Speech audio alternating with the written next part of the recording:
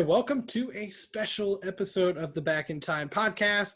And as you can see, if you're watching this, I am joined by several guests, but my normal co-host on here with me for every episode, JD. JD, you're looking lethal and tethered, I must say. If I can steal a line from Dodgeball, how you doing tonight, man? I'm fantastic. I'm super stoked and very excited about this episode. This is the brainchild of the Palindrome Jedi. And she just sort of had this idea for an episode where we are all in quarantine and we are cleaning out our closet. It's spring cleaning time. And so, yeah, this is a very unique episode. It's probably something not like anything we've done in the past. So I have a boner for this episode. All right. And Anna, tell us a little bit about the idea and just kind of what we're going to be sharing with everybody here. Well, the idea came from me being bored in quarantine, and I was just telling Justin, remember all those CDs we have in the closet? It's a good time to go through those, and what else are we going to do? So hopefully there's some cool stories or something behind everything we find. I'm sure there's nostalgic things attached to them too. Should be fun. I love it. So I think it'd be cool.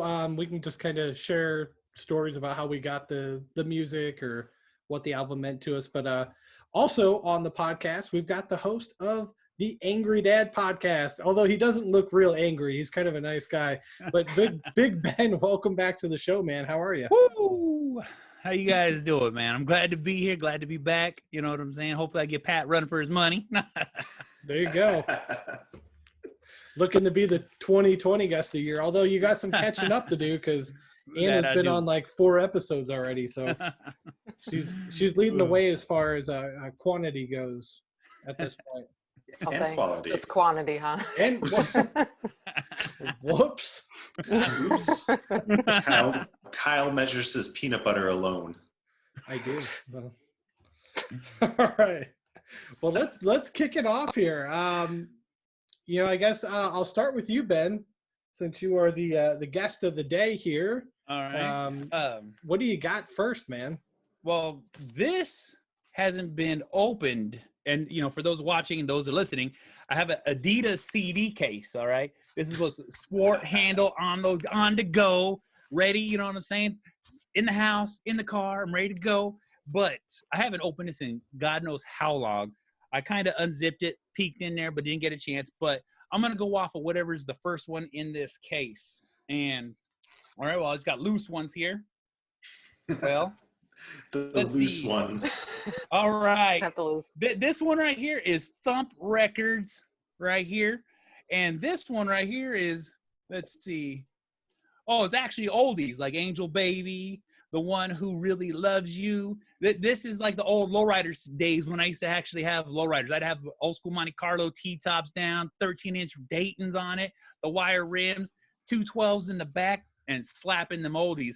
So like, you know what I'm like I say? Hey, I'm Hispanic. I grew up in the hood. I had, I've had cars you couldn't even fit a cigarette box on, or the cigarette box underneath the frame. You know what I'm saying? Hitting scrapes. And I remember listening to these things. I remember just like, because this one has got to be like 1 or 2, or it says volume 1. So there's like maybe a volume of 100 out there somewhere. You know what I'm saying? So this is all the old school ones like, Yes, I'm Ready, Thin Line Between Love and Hate. These are classics. These are sleeper CDs, man, because he'd have all the classics on them. That, man, it even says Lowrider Oldies right on it. That's hilarious. Oh, my gosh. Ooh. That is amazing. All right. Well, Justin, I'm going to swing it over to you. I know you have a bit of a pre-story to start with because you hocked your CD collection. But, yeah, go ahead and fill us in on what you're revealing here. So over the years, we definitely downsized our CD collection. And so we made a decent buck for a few of them, for sure. There is I think the Palindrome Jedi, Anna, will tell a story of a particular ICP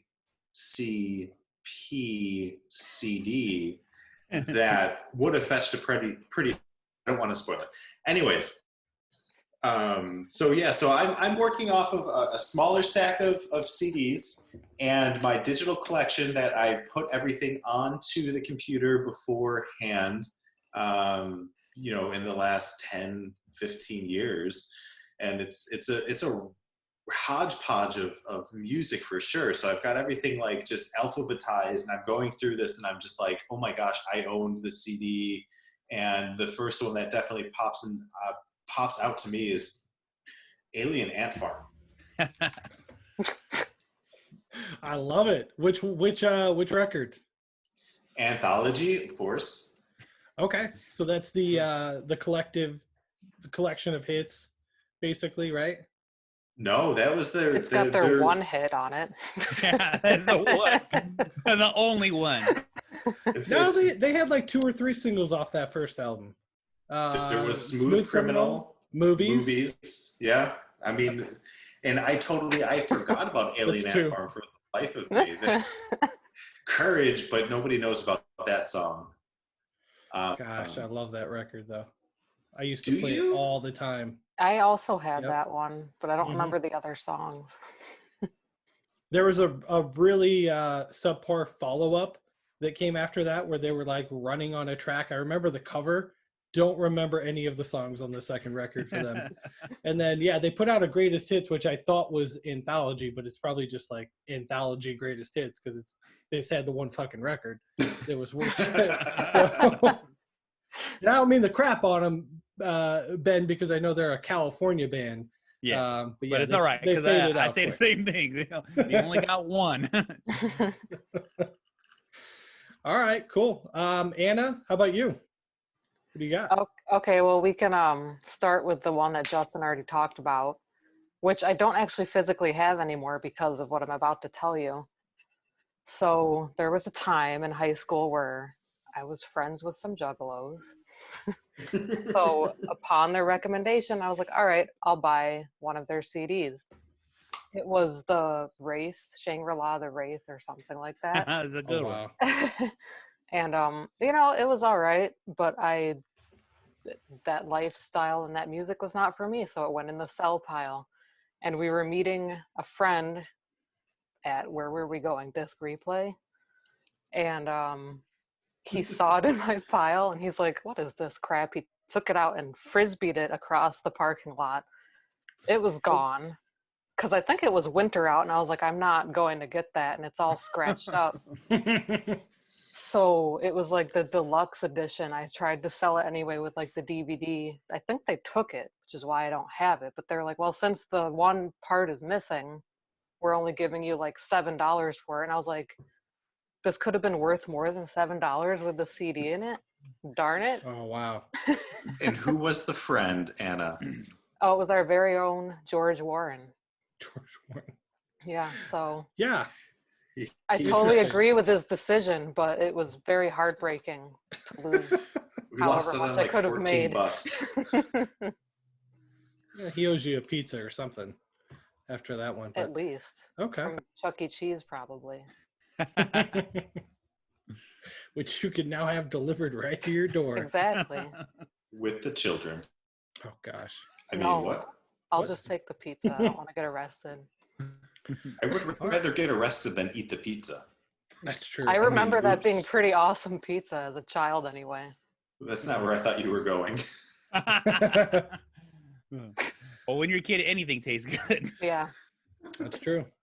All right. Well, I will take the next one. So I got my trusty case here that's seen better days. I believe I have a White Sox sticker on the front of it. And it's a body glove, which I think I bought from Kmart back in the day. Or Venture. Yeah, there we go. Hit the microphone. Let's see what I have first. Looks like I'm starting with some early November. So the most recent early November album. And then the early November side project, I Can Make a Mess Like Nobody's Business. So, yeah, I like both of these CDs a lot. The new one, I think I played like twice and put it in here and haven't touched it. So I'm excited to see what's on page 2. But, yeah, that's all I have. Now, that's probably the band that I've actually watched the most live. I think I've seen them 7 or 8 times. Met them in college on spring break at the mall because I was trying to get a new cell phone and had gotten into a hot tub and my phone was in my pocket. and then stumbled into those guys at the mall, and they're like, "Hey, you going to the show?" And I was like, "Yeah, I got my tickets right here." And then later that night, the lead singer was like, "Where's my boy Kyle at?" And like pointing me out in the crowd. It was like the best moment of my life. So It is. yeah, I was Amazing. really excited. Birthday your child, marriage to your wife, meeting early November. Priorities, man. Gotta line them up right. All right, Ben, what do you got next? You got any more Lucy's hanging out there? Oh, I do got a few Lucy's, but all right. You know, actually, I just opened up my case here, and as soon as I opened it up, I don't know if you guys can see that. I'm gonna pull it out actually to be a little happier. I don't know if you guys actually ever heard of this person. You see it? It's getting a little foggy. Lynch Hung? Yeah, Brother No. Lynch Hung. No. All right. Like I said, I grew up in the hood. Yeah. I grew up in one of the most craziest. Where I'm from the Bay Area, and in the Bay Area, I'm from the East Bay. And the saying goes is Dakota's the biggest little city in the East Bay. We straight took that from Reno. Reno can't say shit about it, but it is what it is. And like I said, I grew up in. You had to be insane, you had to be crazy to be part of these 14 streets. And this music was like straight. It would be murder rap. That's what it would be called. It'd be called homicidal psycho murder rap. Oh, It'd be God. it'd be like ICP but better, way better, 10 times better. This is the kind of stuff that you would. When I was growing up, I'd be around nothing but crazy stone cold killers. I'm talking about, like I said, I grew up in the streets, bro. Like I've seen some insane shit, and we listened to some insane shit. This Brother Lynch Hung Loaded. This is the second album that he came out with, and it's called Black Market. Or Black Market Records is the name of it. He's from Sacramento. Sacramento's the capital state is the capital city of California. Okay. It's about an hour away from where I live. And I remember the first time I heard this, bro. I was drinking a 40. I was like maybe 13 years old. Fucking, you know what I'm saying? Listening to this, and I'm like, man, this is the craziest shit I ever heard. This guy's talking about all this murder. And I couldn't get enough of it when we were kids. We just literally have boombox walking around with us listening to this stuff. And it just would get me so pumped up. And we just do some not so savory activities. Yeah. I'm looking at YouTube right now to see if this is on YouTube. It definitely is. So. Oh yeah, it definitely is. Yeah. Number one song, Meat Cleaver. Yep. Second one, Rest in Piss. That's a good one. There we go. Da Brain. Looks like another one. Okay. No, Loke to Da Brain. Oh, that is the hood anthem. If you were from a crazy neighborhood when this CD came out, that was Loke to the brain, Loke to the motherfucking brain. It just meant if you was crazy, everybody. It was just like oh my God, we get into fights and you'd be muttering that shit to yourself. So it's Cannibal Corpse for the hood. Yeah, almost like Cannibal Corpse for the hood, but just a little harder. Just a little harder than Cannibal Corpse. Like I said, just a little harder. You know what I'm saying? It wasn't heavy metal, but the shit he was talking about was like real life shit that was going on in the neighborhoods. Oh my God. Exactly. All right, JD, what's next on your playlist? What you got? So I'm going to go CD collection, and I've got a few choice CDs that I've got, and I'm going to do 311, their live album from 1998. I bought the Froze up.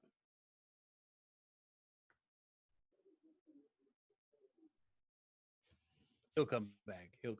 Yeah. He's frozen. He loves that album so much. I'm screenshotting his face because that just looks hilarious. That's the cover of the video. Yeah, they both froze up, so it might be internet over there. Nah, it goes like that. I'll tell you right now. Man, going through the CD case is blowing my fucking mind, bro. Man. Okay, they're back. Whoa. All right. Yeah, everybody froze there. All right, you got to 311, and then your face stuck on this. You were like, I love this album. that's exactly the face right there. No, I hate this album. I hate this album. I bought this. I loved 311 back when I was a 13, 14-year-old little ragamuffin. And they came out with this live album in 1998, and I ran to Best Buy to buy it. And I popped it into my Panasonic 6 CD little doohickey I had, only to find out I don't want to listen to 311 live. I want to listen to this. So I was not happy. I was very disappointed with that album. All right. Anna, what do you got next? Oh, man. We'll go with this one. We all remember this, right? Ooh, Some it's Everlast. a classic. Oh, Classic. Like, this was, I haven't actually listened to the whole album in a long time, but obviously What It's Like was very popular back then. And the radio edit of that song is ridiculous no matter where you hear it. Because the edits they would put in were just like the most insane sounds that just made you start laughing during a very serious song. But that was my experience with that. Okay. Solid. Yeah, I was never the biggest Everlast fan, but they had a couple pretty big hits that I would put on like a mix. But yeah. Same never here. had the album. Yeah. Yeah. Definitely know who they are. Okay. Cool. Let's to my next page here. So I've got, who is this? Okay. This was a local band that I used to play with. This was a fun one. A band called The It's. Little crappy CD. It's a 2-song demo. Not sure if the website's still active, but theits.com. And their big hit on here was Take a Number off of their record. Their big hit out of 2 songs. Yes. Well, this is what they were known for in the local scene. They had this one song that everybody wanted to hear. So in Portage, Indiana. That's right. At the VFW, I believe, is where we played with them, or we would play with them at Real Life Church, which is another. They like had this upstairs room, and yeah, not fun lugging a 200-pound amplifier up about 25 steps. Got to put in your dues, though. Man, so yeah, the It's. I don't know if they're still around. But if somebody wants to hear it, let me know. They're now famous. Thank you to Back in Time Podcast. They're thinking about reunion. Bring them back. Did we do this right on Zoom or what? All right. What do you got next, Ben? All right. Let me bust out. All right. Well, this one just fell out at me, and this one is Stain, the greatest hits. This was 96 to 2006. I could not wait for this CD to come out. It actually had one of the best videos I feel they made, and that was Eyes Wide Open. Oh, my God. I would play this over. I bought this when I was driving truck, and I put it in there, and this is before I had this came out right before cell phones actually had podcasts, before they had digital music.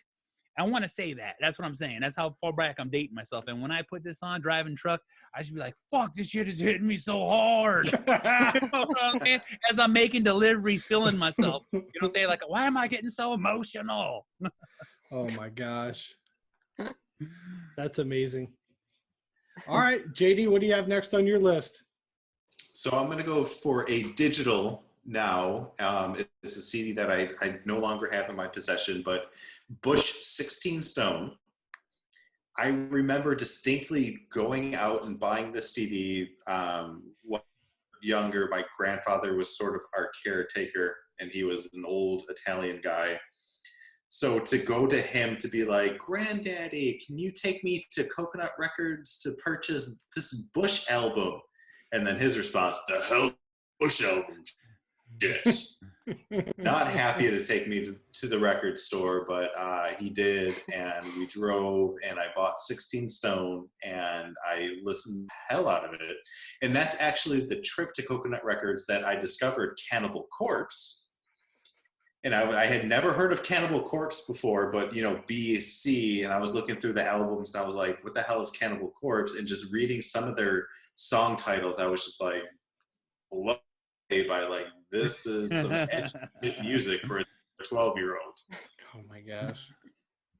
I think I saw Cannibal Corpse maybe about 4 years ago. We went to I think it was the last Uproar, and I was in that pit. They came on, Butcher Babies was right on before them, and I was in that pit, and then all of a sudden they started hitting, and it was like, ah! It was rolling.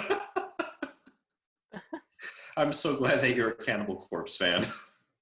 Oh yeah, big man. The Mushroom Head, Cannibal Corpse. Oh, I love heavy metal, bro. I go Good man, all good man. Yeah. Oh, Okay. all Well, right. Anna, over to you. What do you got? What else? Kyle, you might have had this or been a fan of these guys. Remember? Yes. Oh, I love that entire Eraser. album. It's like I can listen to it still, and it was amazing. Yeah. For those of you that don't know, it has Travis and Tom from Blink-182, right? Mm-hmm. It came out in 2002, I think. So it was very exciting. 82 was still popular, but they had this other album and band now. So That's what started the rift. That's what started the rift in Blink-182 is Mark was not asked to be part of that album in any way. And then it came out and it just did amazing. And they were like, do we need Mark anymore? Like, but Travis still wanted Mark there. So yeah, I think that was the first like rift in the band. And now no more Tom. And now that is. now he's chasing UFOs and who knows what's going to happen to him. Yeah. Needs to be careful. Well, I just saw an article saying that they're getting ready to reunite.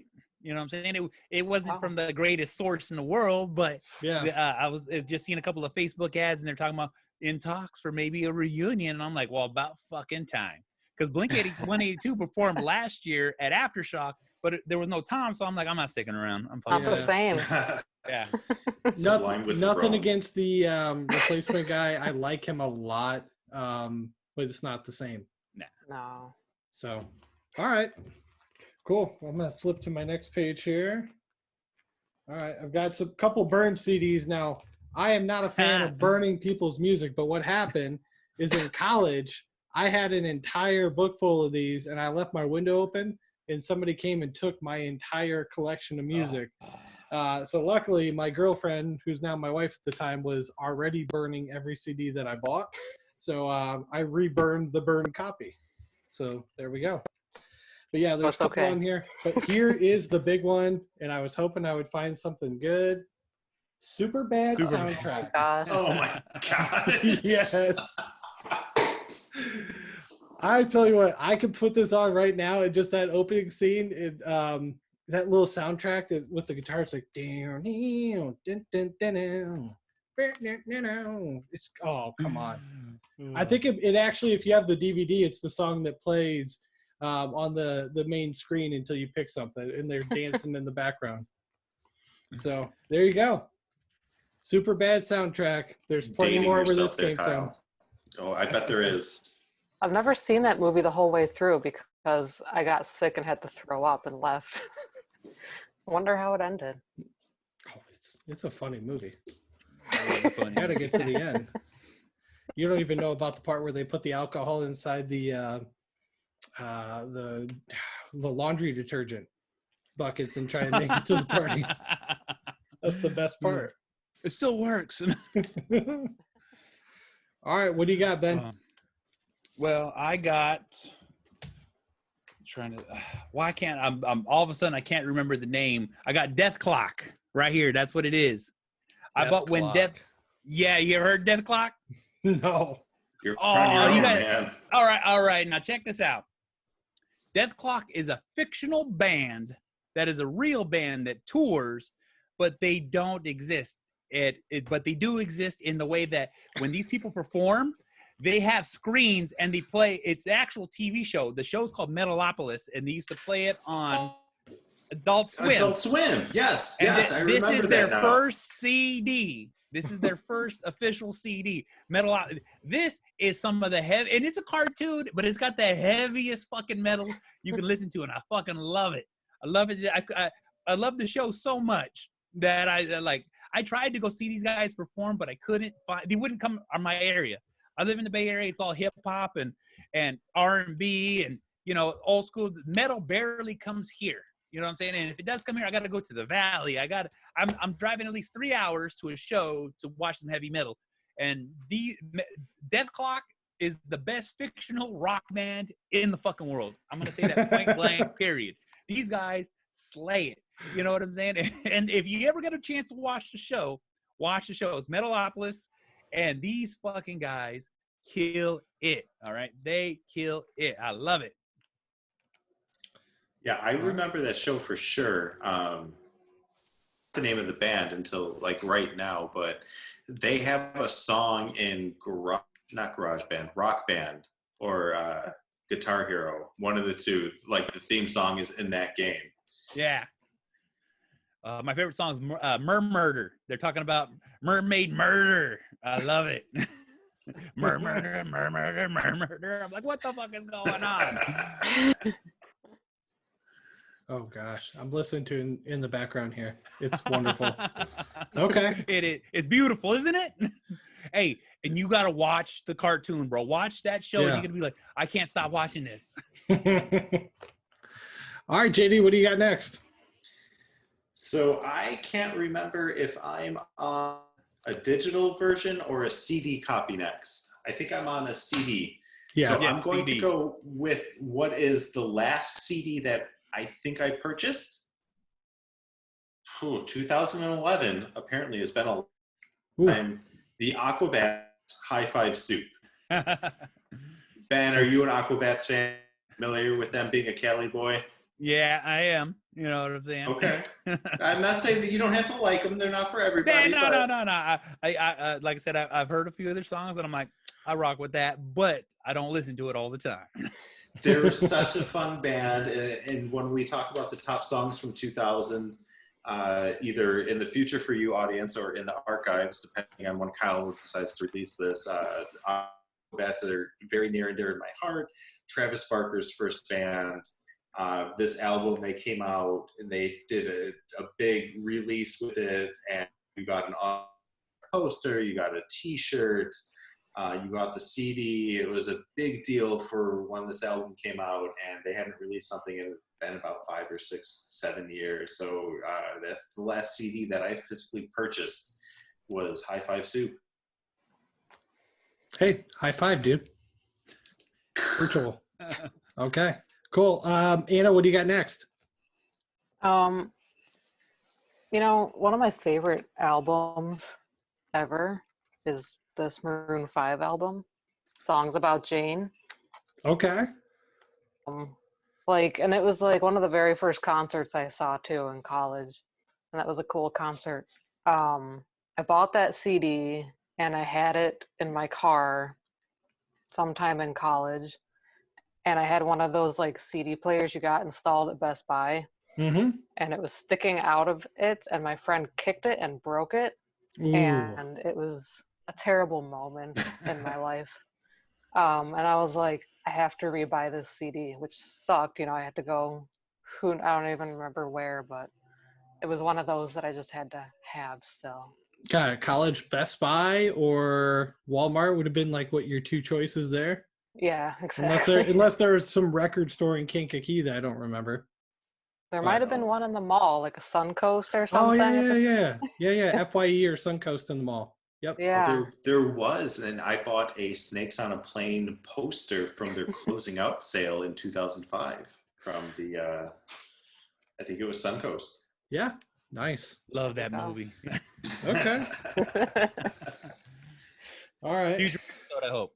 Well, I am turning the page here. Looks like I actually have some non-burned CDs here in my collection. Nice. That's some Starting Line.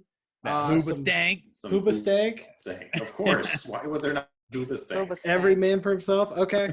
So since Anna dropped the Boxcar Racer, I'll pick this one for my collection. So this is the Plus 44, which was the Mark Hoppus and Travis Barker two-man show, basically, where they kicked Tom out and they're like, no, we're going to do our own Boxcar Racer. But it was not nearly as good. And there's only a couple decent songs on here that I like. But yeah, I bought this in 2006. So it's been a little while, and I don't think I played it in at least a decade. But it looks to be in good shape though. So if somebody is interested, hit me up. I'll sell it to you. I'll start hawking my collection like JD. I need some 89 hot and cents. readies. Come on. All right, Ben, over to you. What do you got? All right. Let's see. All right. Let's see. It's man. Yeah, I got a lot of burn CDs with just random ass fucking names. Let me see if I can actually find some. Oh shit! Look at this gem right here. Sublime? Gold. Godsmack. Oh, there we go. Godsmack. That was Can't read the it. one, the original right there. This motherfucker was a hitter. Oh my god! When Voodoo came on, everyone was like, "Yes." Yep. Yeah. Oh, and I couldn't get enough of this band, man. And when they they came out right during high school. Yep. They were killing it hard too. A lot of their videos were just them playing in shows. I think Voodoo was like their first feature, like, you know, badass video. But all the other ones they're just raw. This guy was just on there. Solly would be there's this guttural fucking sound coming out of his mouth that was just sweet melodies. And I think I've seen them perform like 5 times, and every time he just sounds just as good, looks just as good, is up there just with as much energy as he was when I was a kid watching him do this. And man, I just remember moshing so fucking hard, going so hard in the paint in the fucking pits, and just fucking like this right here. Oh man, as soon as I heard that first song, I had to go out and get this album. That's what I remember from Godsmack right there. Oh. I feel like you have a Godsmack tattoo somewhere on your body that we can't see. Well, not yet. So on that note, like we had a film festival in high school.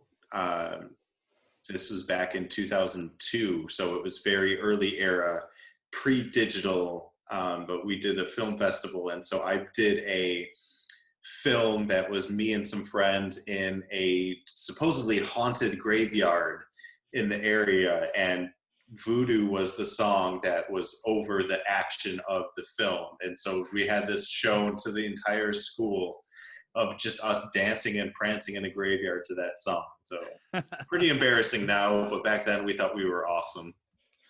I would love to see that. I hope you never do. It will surface now. I hope so. That's awesome. All right, JD, I think you're on to digital next. So yes, I'm going to do a digital album that I had gotten in college. I was a fan of this band, but when I got this album, and a little corny, so bear with me, but it's the very best of the Doors. And when I got my hands on that album, like to really wrap my teeth around all that the Doors, who they were and what they provided musically, just sort of like transformed me and put me into like a new state of mind. And like, I love the Doors. Kyle, obviously Mr. Autry loves the Doors as well. I'm so happy that you remember that. But yeah, my dad has a Doors tattoo right here on his arm. Yeah, and I love that. And he loves Jim Morrison, man.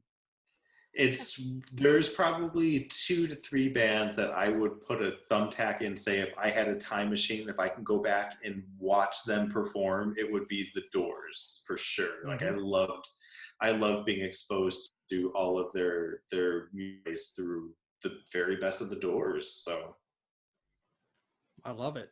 All right. Anna, what do you have? Stuff. Oh man, there's so many good ones. We'll go with Beck because Beck is amazing. You guys love Beck. yes. But he's great. This album was one of his more like less rocky, more quiet ones, and that's kind of the one that got me into him, I guess. I mean, we had like Loser already and stuff like that, but it just really shows how different he can sound each album, which is pretty cool, and not a lot of people can do that. Yeah, you get no hate from me. Although I don't know Beck well, I do respect that they have some really good music. And one of these days I will. You guys had asked me to go to a concert. JD had texted me. He's like, "Hey, you want to go see Beck in Indianapolis? Wasn't it last year?" Yeah. It was last summer. And I took a hard pass on that, but I would have met up for beers. They were there with Spoon and Cage the Elephant. Cage the show. Elephant. It was a Yep. great show. Yeah. Who was the, what lead singer jumped on top of the pavilion and is Cage the Elephant? Yeah. it was Cage the Elephant's lead singer in his undies. He took his shirt off and was running around, and it was something. Back when we could be at concerts with people and all of that fun. This is a long time ago. I actually won tickets to go see Cage the Elephant. There's used to be a venue here called Slim's, and I think it holds like 100 people only. And I had one tickets on the radio station that's out here. It was called Live 105. And I went down there and I seen them at Slim's. I was like, oh my fucking God, these guys are gonna blow up. And the next thing you fucking know, that very summer, fucking just killed it. They're fun. Time. Yeah. Oh, they are. Okay.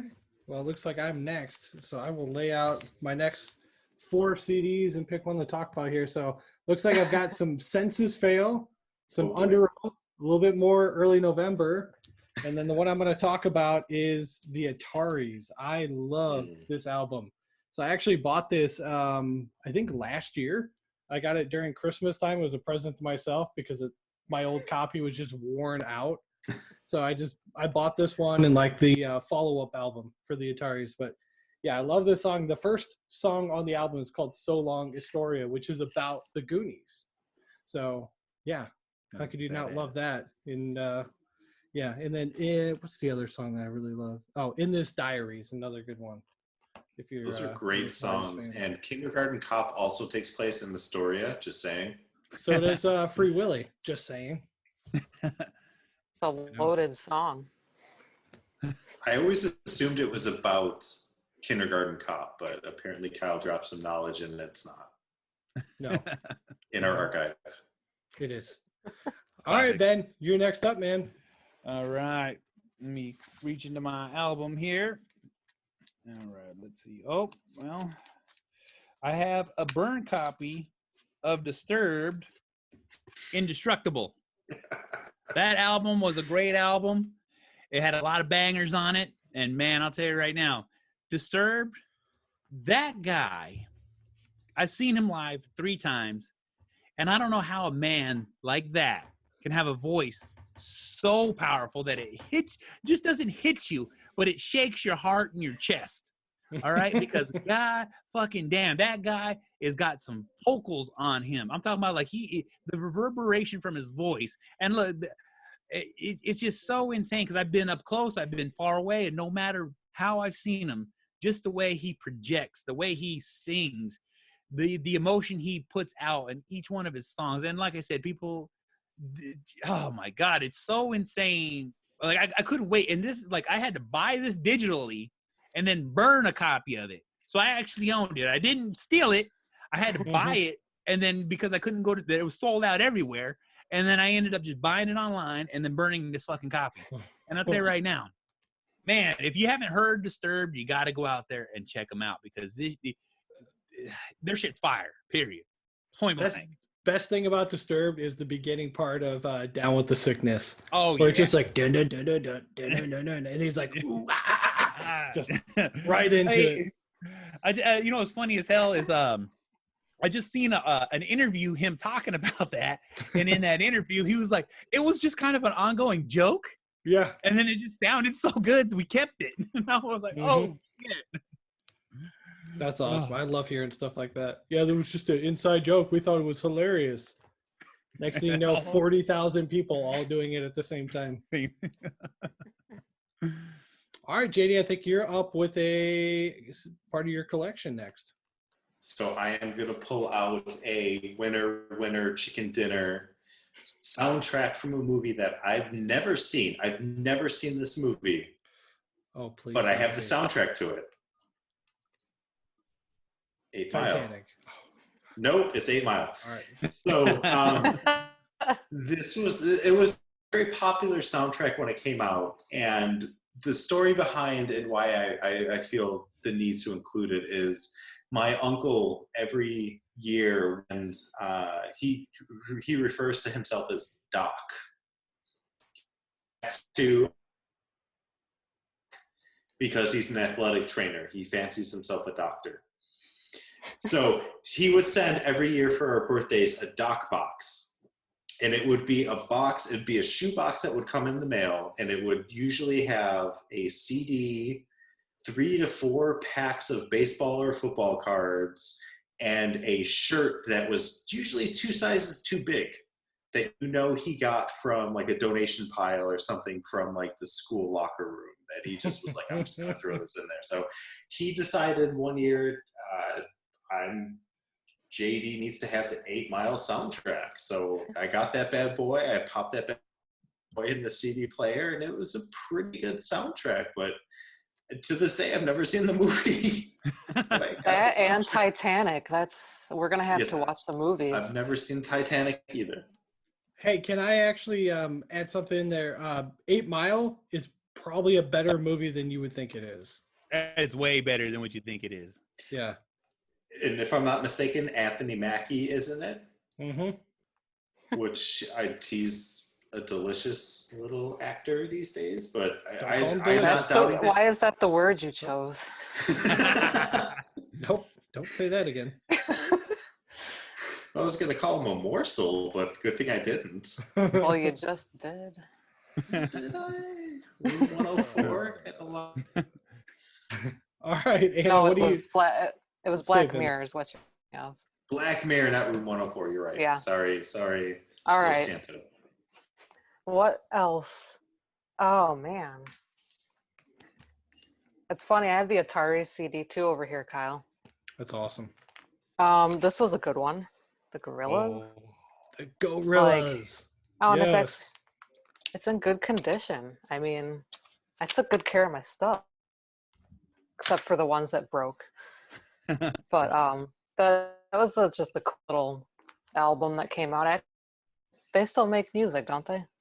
Yeah, they still, and they haven't toured yet, but when they tour, they still play behind screens. So that's pretty still damn a mystery. Awesome. Yeah, cool. Love that. Oh yeah, and that song Clint Eastwood, the rapper that actually does that part, he's from the Bay Area, he's from Berkeley. And man, that guy's got bars when he spits. You know what I'm saying? Well, he's got some. I can't remember his name off the top of my head, but he's got some albums out here that are just. You'd be like, what the fuck? This guy's. Like how are you not famous? You know, it just blows my mind sometimes. Yeah, that's cool. I'll have to check that out. Oh, yeah. All right. Well, Ben, you're next. What do you got in the collection? All right. No, I thought you was up. You're up, Kyle. Oh, that's right. Yep. I will skip myself. Early November. Hey, there's only so much early November to go around, but there's still one more. But he's got them all. Okay, Right. Here we go. Here's the next 4. I've got a little Adam Sandler up top. I've got The Used. I've got Emery. Now there's a white album there that you're not going to be able to read because it's a pretty cool design that kind of leads in. Now this was a band I was really high on. I thought they were going to be like the next big thing. They're called Hidden in Plain View, and they were on Drive-Thru Records with Newfound Glory and Finch and all those bands coming up. But they made this album and then started making the second one, and as soon as they got done, they broke up. Oh.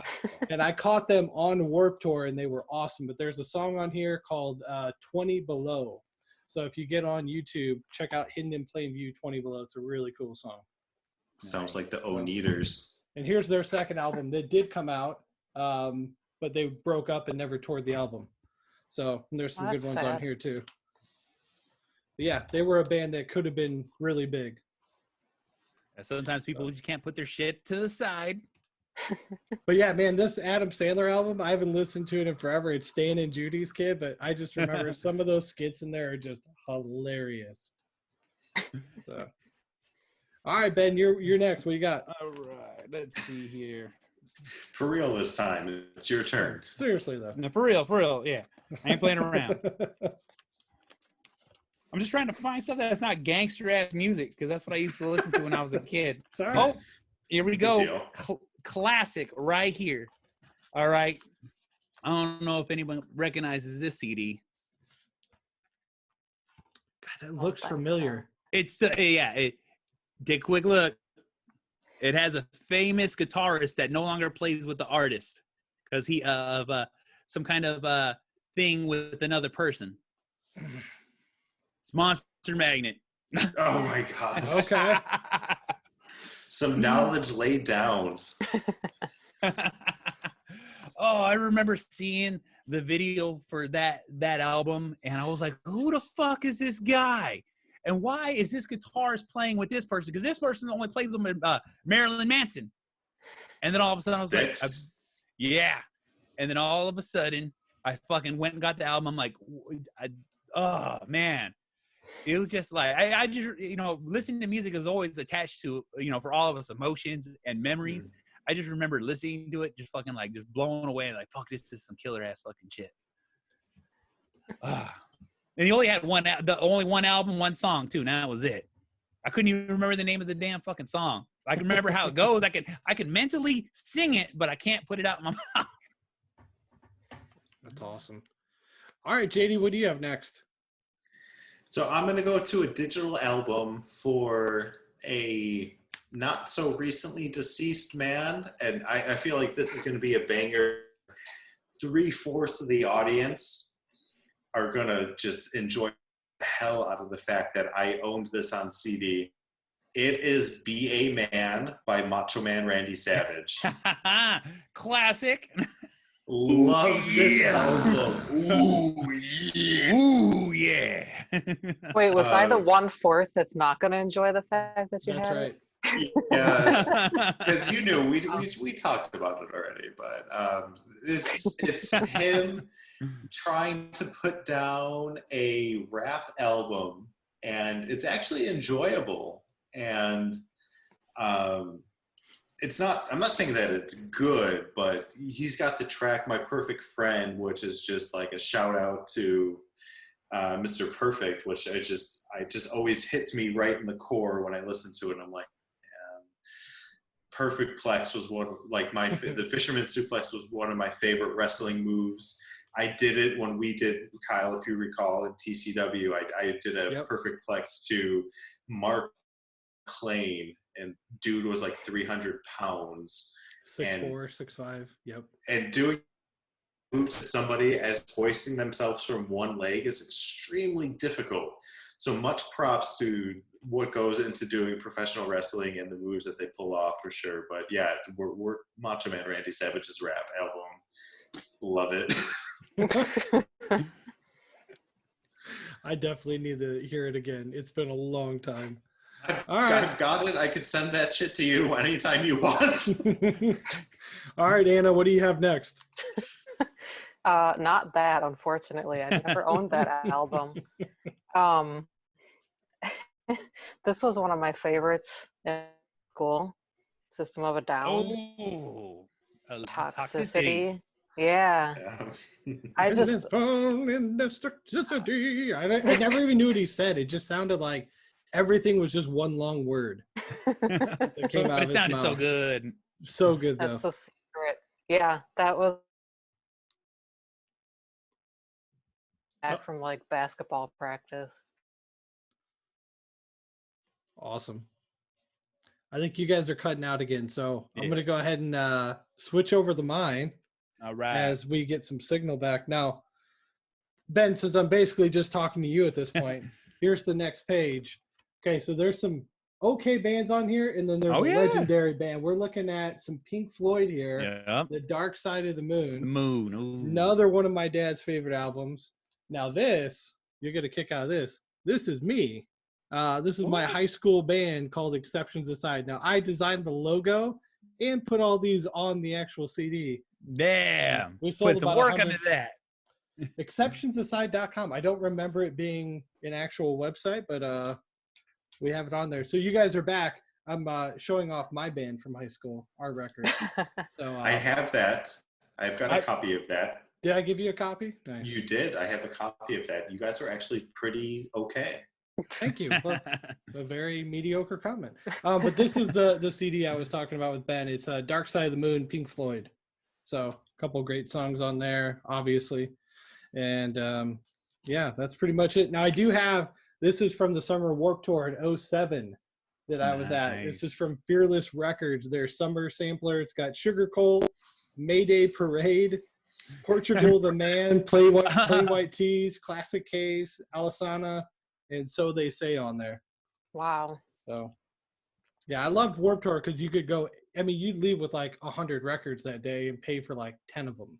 Exactly. Because people are just handing them out there. Like, here's my record, but take this. I'm like, all right, shit. I still have a koozie from them promoting that Seth Rogen movie where they get really, really stoned. Gosh, I can't remember the name of it now. Pineapple Express. Pineapple Express. There we go. And they had the You say Pineapple Express everyone. car. Pretty much everyone, but this one like was really into the pot. But yeah, they had the actual car there, and they had smoke coming out of it, and it was like, it was pretty cool. But yeah, we got a bunch of koozies that I still use to this day. That's bad. Good man. I actually went to the last Warped Tour that they had. It was supposed to be the official last tour, but then they brought back like big city ones. We're like, we're gonna be here and here, and I was like, man, I went to the last one. You told me it was the last one. I ain't going to any fucking more.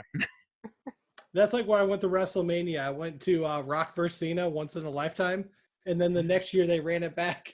It's like, yeah, I was like, part two. I'm like, what? What happened to once in a lifetime, assholes? Rocky my 1, memory Rocky away. 2. Yeah, no kidding. All right. Well, you guys have switched orders, so this is going to throw me off.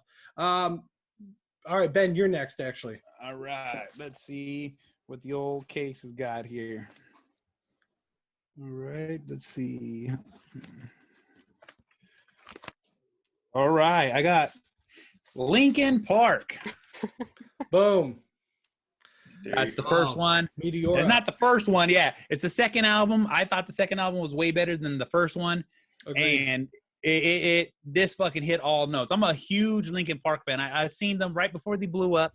I went to what we used to have a show called BFD out here. It's a big fucking deal, big fucking concert.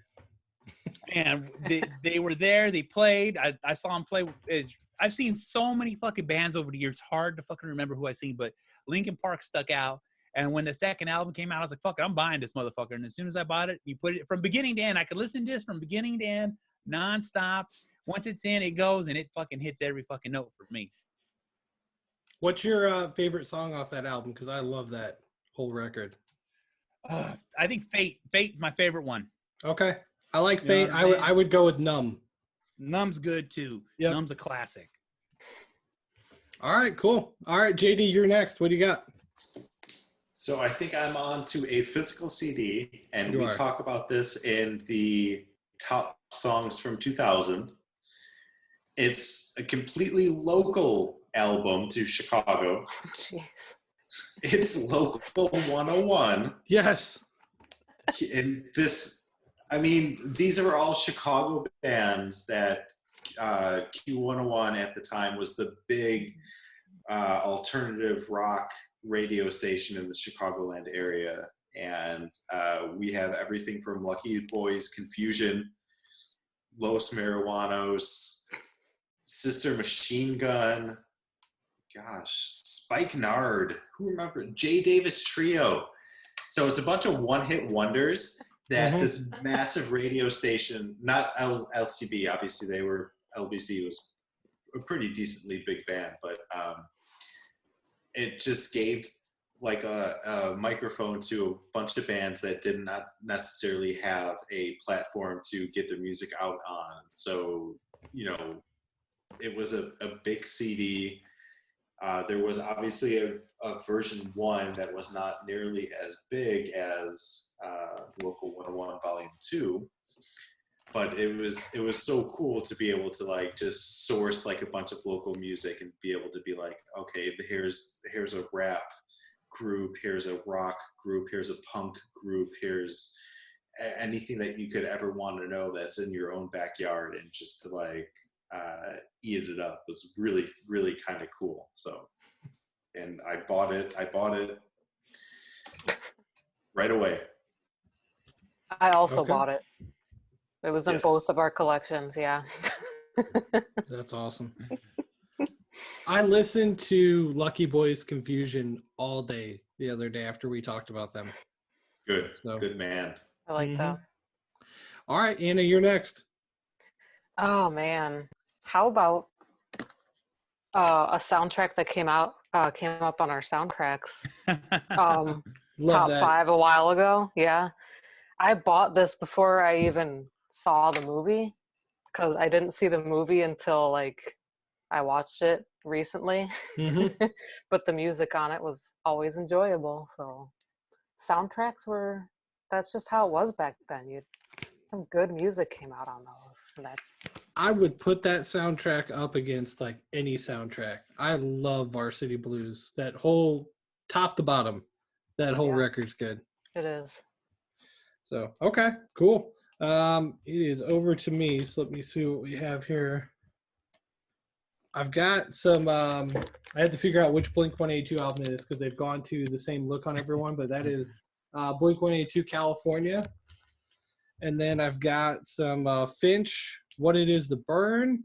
And then this is kind of a hidden gem. If you're a fan of Newfound Glory, this is a record they had called Coming Home. So it's when they hit the big time and they ended up on Geffen and they like really overproduced them. But it's a good sounding album and it gets no love from Newfound Glory fans.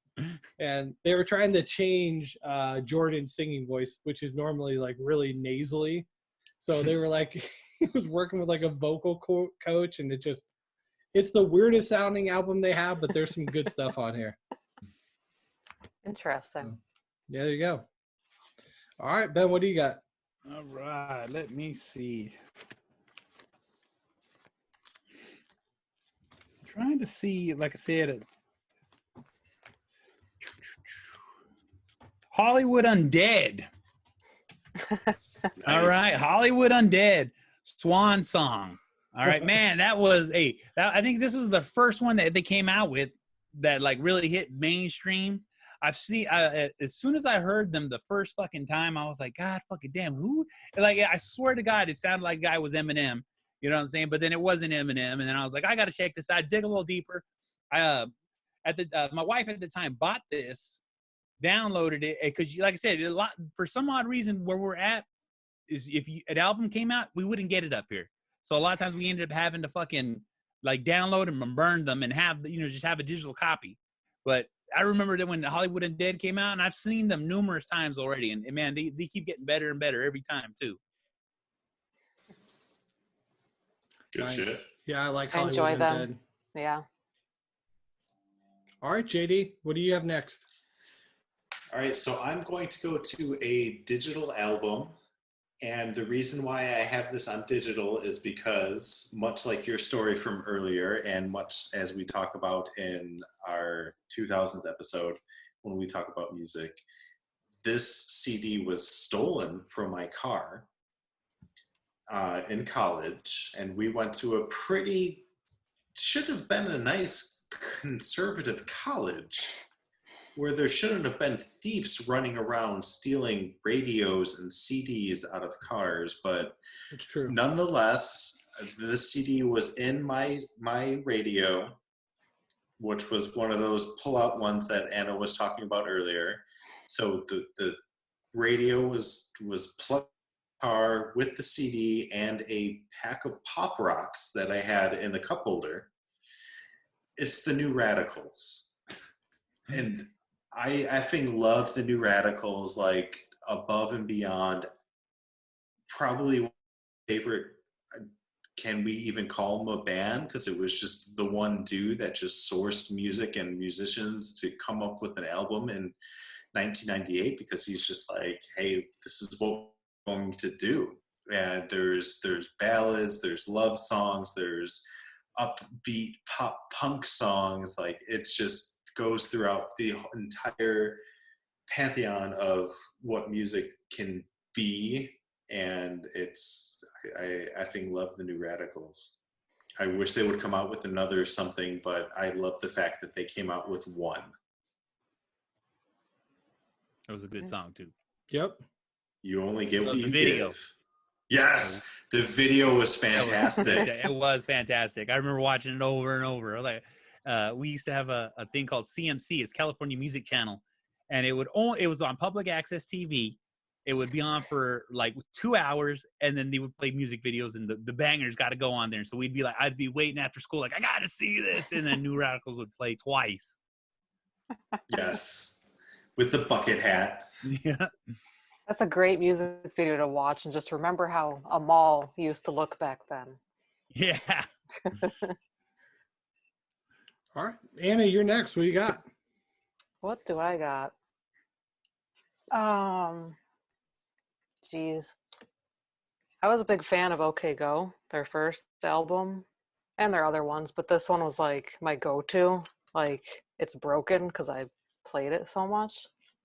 This thing went with me everywhere in high school. I still listen to it.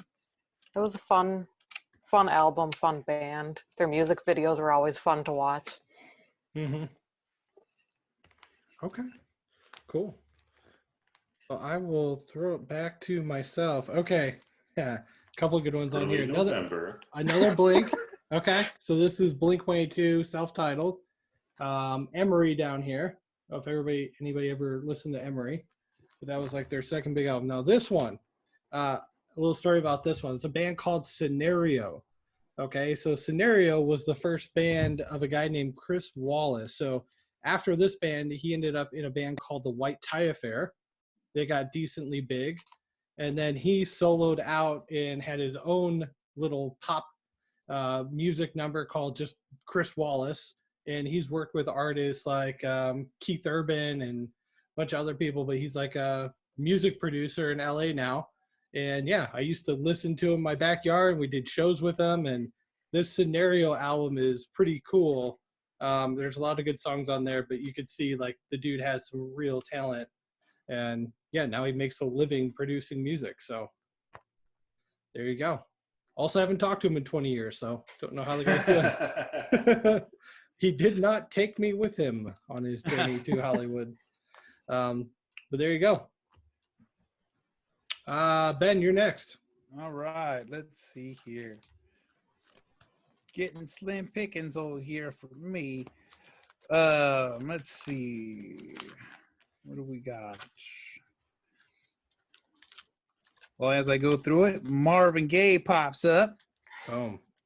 Little Marvin Gaye right there for you. This one's the compact digital master set. You know what I'm saying? This basically just like an all-inclusive, like every one of his bangers, you know. And I just remember putting, like I said, old school days, low rider, you know what I'm saying? 2 12s in the back, 6x9s, 3.5s in the front, running with that pull-out stereo, you know. Sitting there just cruising the boulevard, just fucking up to no good, ready to do no good, but bumping some Marvin Gaye. Nice. Boom. Okay. Well, let's do one more apiece. So we'll call that, since you're getting a little slim there, Ben. Anything else you want to add in there as your last CD, or you want to stick with Marvin Gaye? You know what? I do want to add one in, and okay. This is an album that I had bought. I know I own it. I know it's somewhere in this house, but that's Significant Other from Limp Bizkit. Oh, I love that album was awesome. Oh my God. The song he did with Method Man was the one, you know what I'm saying? I think Significant Other was probably the best Linkin Park CD that ever, or not Linkin Park, Limp Bizkit CD that ever came out. Yep. And it hit every note. I wish I was able to see them live in concert. I never got a chance to see them. But God fucking damn, man. I always remember my high school years just listening to that CD. And I had a compact disc player, anti-skip, over-the-head earphones, and I was rolling. You know what I'm saying? I was rolling. I was like, I had one of those GPXs, anti-skip, in my pocket. And I had this huge freaking pocket because it had to fit in there. You know what I'm saying? That's how big it was. Like a turn. You know, hey, shit. Would you say you were rolling? Like rolling. Now I know y'all be loving this shit right here. That's awesome. The anti-skip. All right, JD, close out on your collection. What do you got? So I will go with, I'm between a pretentious pick and a self-deprecating pick. What do you want to hear? You know I want to hear the pretentious. You want to hear the pretentious pick? Okay. Well, maybe I'll do both, but okay. Physical CD, still have this in my collection. Silverchair's Neon Ballroom. Oh, I like Silverchair. You like Silverchair? Do you like Neon Ballroom? Never heard of it. So, and I knew this to Anna earlier. The first track, which I love, is Emotion Sickness. It's not motion sickness, it's emotion sickness. Do you see what they did there? Yeah. They got super clever with that, and it's this very deep, almost like they bring out the symphony to like play this just ballad about how intense their emotions are at the time. And when I was 14, this was like a big deal, and I was like, oh my gosh, I've got emotion sickness for like everything ever. That's awesome. I like it. I don't know the album, but good for you, buddy. You remember Anthem for the Year 2000. I do. If good you were song. to play that song, yeah, it's a good song. That was the banger from the album, to quote Ben, because you've infested your vocabulary into me now. All right. Yeah, that's the pick that you get. We don't get to talk about Weezer. All right. Well, we'll throw it to Anna then. Oh man, what to end with? There's this little band called LFO. Remember them? And that awesome song, Summer Girls. So Sing good. every day. The song is still so good, and I think 2/3 of the band have passed away now, Oh no. which is super sad. So their legacy lives on in the girl that wears Abercrombie and Fitch. Yep. I was wondering if that was the song that I had in my head already. But, Yep. Okay. That's the So one. somebody sing it. Somebody sing it.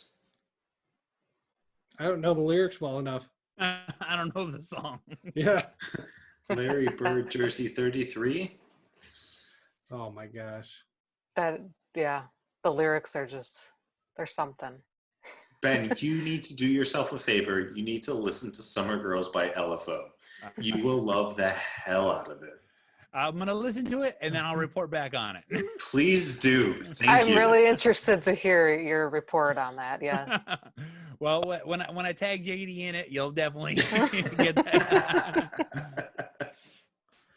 I'm watching the music video right now, so they are rocking the Sun In highlights pretty hard here, and then the baggy pants and like tight shirts, like Right. it's so early 2000s. Oh man, it's like every dude in my high school looked exactly like these guys. I think. Okay, cool. And I will close this off with. I actually do have 2 more early November CDs in here, but I won't talk about them. And there's 3 more Blink-182 CDs. Story of the Year, In the Wake of Determination. That's a good album. Okay, here's one that most people probably don't know.